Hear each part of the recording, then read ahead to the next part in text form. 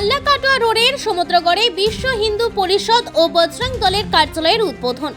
সোমবার কাল্লাকাটোয়া রোডের সমুদ্রগড় খণ্ডে সাড়ম্বরে উদ্বোধন হলো বিশ্ব হিন্দু পরিষদ ও বজরং দলের কার্যালয়।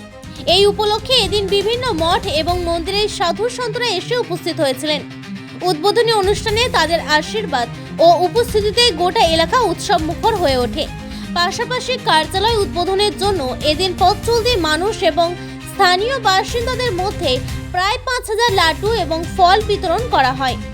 অনুষ্ঠানে স্থানীয় মানুষজনের ব্যাপক উপস্থিতি লক্ষ্য করা যায়।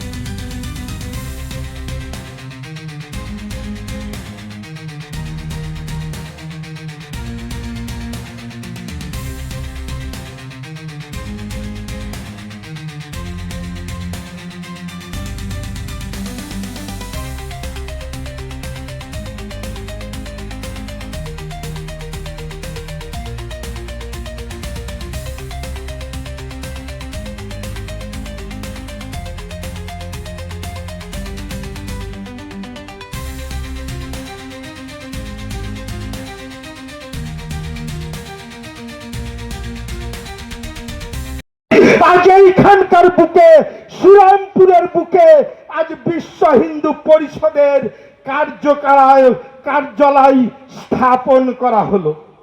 তারপরে দেখুন কি বলছেন কৃষ্ণচন্দ্র, বিশ্ব হিন্দু পরিষদ এটা সনাতন ধর্মের একটা ঐতিহ্য।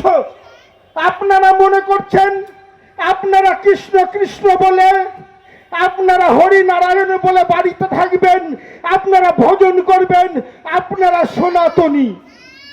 নিশ্চয়ই আপনারা সনাতনী, কিন্তু একজন সনাতনী যখন বিপদে পড়বে, সেই বিপদ থেকে যদি আপনি উদ্ধারের জন্য এগিয়ে না যান, তাহলে আপনি সনাতনী নিজেকে জাহির করতে পারবেন না যে আপনি সনাতনী। সেই শিক্ষাটা, সেই বস্তুটা এইখানে আপনারা লাভ করতে পারবেন। কোথায়?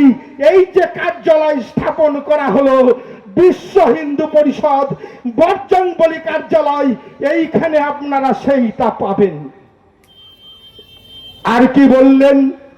বললেন দ্বার অপহারী। অর্থাৎ আজকে দেখতে পাচ্ছেন গ্রামে গঞ্জে কি হচ্ছে। এই দুদিন আগেকার ঘটনা, বারুইপুরে একটা নাবালিকা মেয়েকে ধর্ষণ করে মৃত্যু মুখে ফেলে দেওয়া হয়েছে। এটাকে বলা হয় দ্বার অপহারী। একজন আমার সনাতনী মাকে, একজন আমার সনাতনী বোনকে যখন তুলে নিয়ে গিয়ে রাতের অন্ধকারে রাস্তার ধারে এইভাবে ধর্ষণ করে মৃত্যু মুখে পতিত করছেন, তিনি একজন আততায়ী।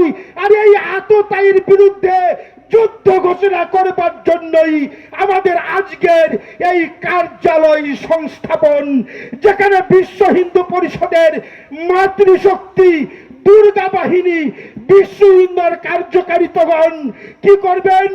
তারা রুখে দিবেন, তারা সেইখানে যাবেন এবং আততায়ীকে ধরে নিয়ে উপযুক্ত সাজার ব্যবস্থা করবেন।